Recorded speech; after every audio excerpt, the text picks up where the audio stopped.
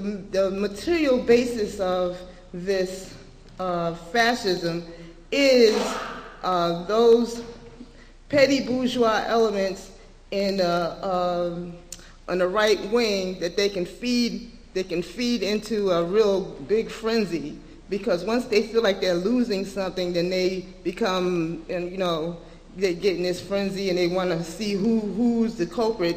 So they make these boogeyman at everybody. Now it's Islam, tomorrow it might be you, the next day it might be me. You know what I mean? So it's something that's happened over and over throughout history. So we have to, this time, really take a position on what are we going to do to resist it, and resist it in an organized and conscious way.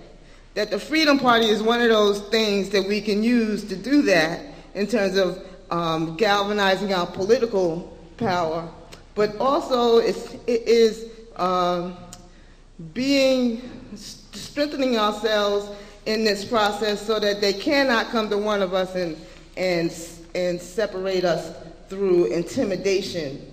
That we have to be able to stand up against the intimidation. We have to know what it is. We've been through it enough. We've seen what happened with Mumia and all the other political prisoners, and we have to have a sit-down, real serious conversation around how it is we're going to fight back this time so that it doesn't happen over and over. And we can't go into the 21st century doing the same thing.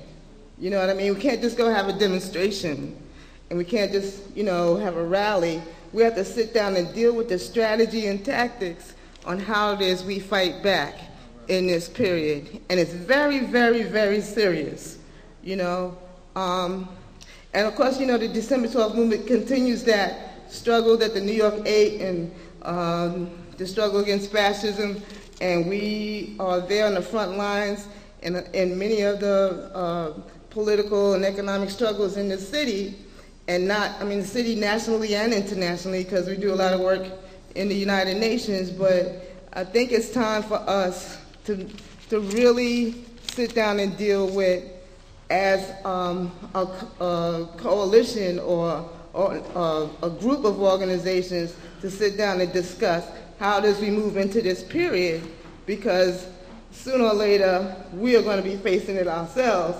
It's not just going to be in the Midwest or somewhere else. It's going to be right here in New York, and it's not going to be just the Muslims. It's going to be us, So it's time for us to deal with that, and that's what I want to say. Thank you. This evening we have one of the most distinguished Pan-Africanists on planet Earth in our presence. He comes in a timely moment. He comes to us directly from London by way of his home state of Jamaica. So I think that we need to, y'all been so tired tonight. Get up on your feet. Yes. Come on, let's rise with a steady beat. Come on up. Come up, get up on your feet. Come on. Rise with a steady beat. It's nation time. Nation time. Pan-nation time. Can you do it for me? Let me hear you say, nation time. Nation time. Nation time. Nation time. Nation time. Nation time. Free Mumia. Yay! That's better. Much better. Free Mumia. Free Mumia. Our distinguished guest is not just a Pan-Africanist. He's what I call a Renaissance man. Yes. His work across the years crosses through theory, philosophy, history, science, women, studies on homosexuality, studies on our youth and what's happening with them in the age of the beast. Yes. We've been in the age of the beast, African people, for a mighty, mighty, mighty long time. 600 years is one day too long. But our guest who comes tonight comes in the spirit of C. Eric Williams, the infamous historian who has left us with Slavery and Capitalism. One of the first, in fact, foremost study on capitalism in the Western world as regards slavery is this work by C. Eric Williams, From Castro to Cuba, from slavery to Castro. Was also among the other famous works. But this brother comes in that spirit. He's a writer. He has done journalist work. And I would go through all of this, but there is so much here that I think we deserve to honor him by making sure, Suzanne, that copies of this 5-page dossier that I have, that CIA is holding to, all kind of folk are holding this dossier, the copies of this particular work is spread among us so that we can read it. It'll be on our website. It will be on the website. If you can't get it from Suzanne because they knocked hers out, they knocked my computer out, but I'm getting a new one tomorrow. So you can get it from me. But I think we deserve to look at each category of work of a man that expands 30 years in London, and then the work that expands his lifetime in Jamaica. When I saw him as a Pan-Africanist, I reflected on this age in which we stand and how important it is for him to be here tonight. We got to understand we're in an age of the Fugitive Slave Act. Now, I want you to listen, Brother Cecil Gutzmore, because I think you need to hear this. In 1850, you can make your way on up here, be by me. I love men standing by me. This is Brother Cecil Gutzmore on his way to the stage. Cecil Gutzmore, please, forgive me. I have to have that Jamaican twist. Come on up here, you're a fine man. In the 1850, America established a Fugitive Slave Act to capture the Africans in the United States up north. It's an age in which we saw Lynn Stewart now being picked up. We see the raids all across the Midwest. It's been going on for more than 40 years now. 40 years we've been in an age where they have been enraged because the Africans in the United States dared to embarrass them before the world in 1965, 1964, 1963, 1962, 1961, when a student group called SNCC kicked off the revolutionary movement in the United States. They were embarrassed before the world, stripped bare and naked, couldn't hide anything because all of their dirty business was on the table. So they've been shooting people, killing people, jailing people, sending people to insane asylums, running people out of the country. It's been going for a mighty long time. And now they're coming down to a place where capitalism is falling in. Falling in on them, falling in on us. And so it's great in this hour to remember that the sons and daughters who left with the Ethiopian Brigade with the British and headed for London went on to establish Sierra Leone, the first African colony of Pan-Africanists in the Western world, followed by Liberia. That tonight we have from the Jamaica end of that, a brother Cecil Gutzmore. Boy, this Cecil stuff is getting next to me tonight. Cecil Rhodes is trying to run up in here. If I catch him, I'm going to hang him myself. Cecil Gutzmore is here with us tonight to join with us in that Pan-African unity, the unity of Du Bois, the unity of the founders who came out of the islands, who founded the Pan-African movement in 1901. A Pan-Africanist, but also a world traveler. And brother, welcome aboard. Cecil, we love you. My sister.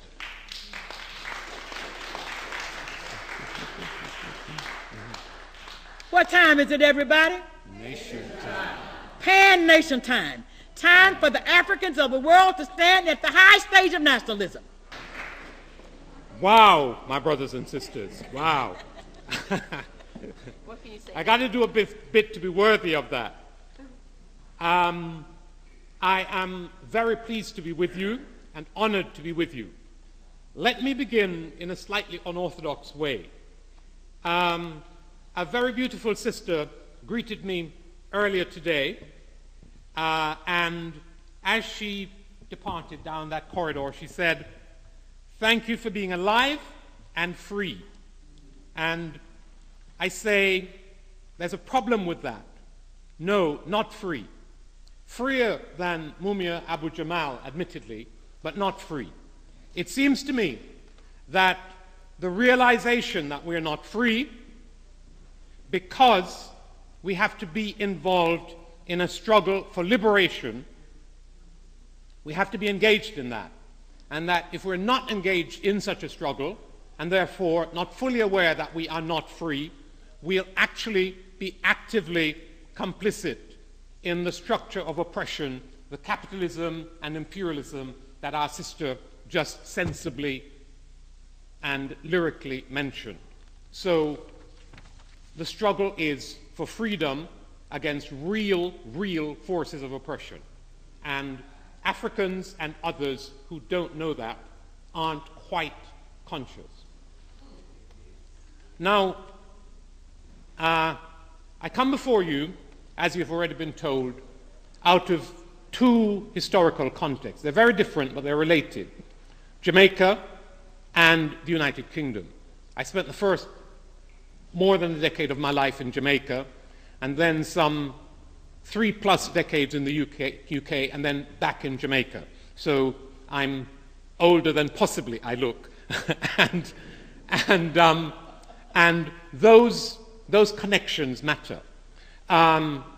Jamaica was once a colony of the United Kingdom, as was the US.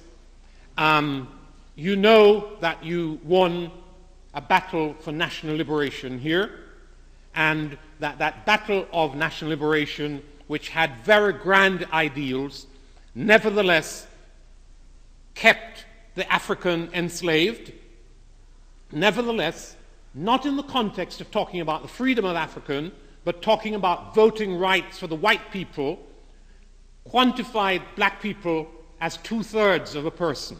Not in relation, or 3/5, yeah, not in relation to our own rights, but to how to assess the votes that each state was entitled to. So this place, even as it talks very grandly about humanity and freedom, was engaged in our enslavement, and after that, even as it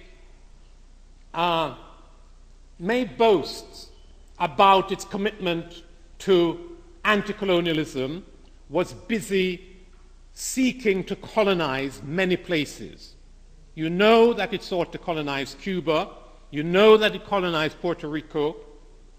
You may not know, but it is a fact, that something approaching 150 different interventions or invasions right here in the Americas have been managed by the government of the USA in the last roughly over a century. We need to understand that. This is a place that talks freedom and does other. And it matters. It matters. Illusions about the nature of the states in which we live is one of the enemies of freedom. So, I come before you then, specifically representing two small formations in the UK. One is called, and I don't know why, the Pan-African Society Community Forum. I'm in it despite not quite knowing why it has its name, because its leadership was, when I went back to the United Kingdom, one of the groups, and they're all small, that had a clear and definite politics around almost all of the matters that matter in the UK at this moment. So that seemed the place to be, and that's why I'm there, despite not being clear about why it's named as it is.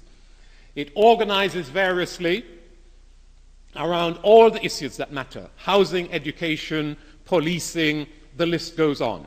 It organizes Kwanzaa, Marcus Garvey African Family Day, and a whole range of other things. It has very good political statements, papers even, on its website, and so on. So I'm in that. And using their energy and personnel, we have created an organization which is small at the moment, but which I want to grow, and I would like you all here to be part of. It's called the Haiti First, Haiti Now Reparations Campaign. Haiti First, Haiti Now, why? It has two demands. One is a demand, we're leaving aside the demands for reparation for slavery and colonialism. Work has to be done around those. This campaign focuses very directly on the wicked and illegal extortion by the French from the Haitians after the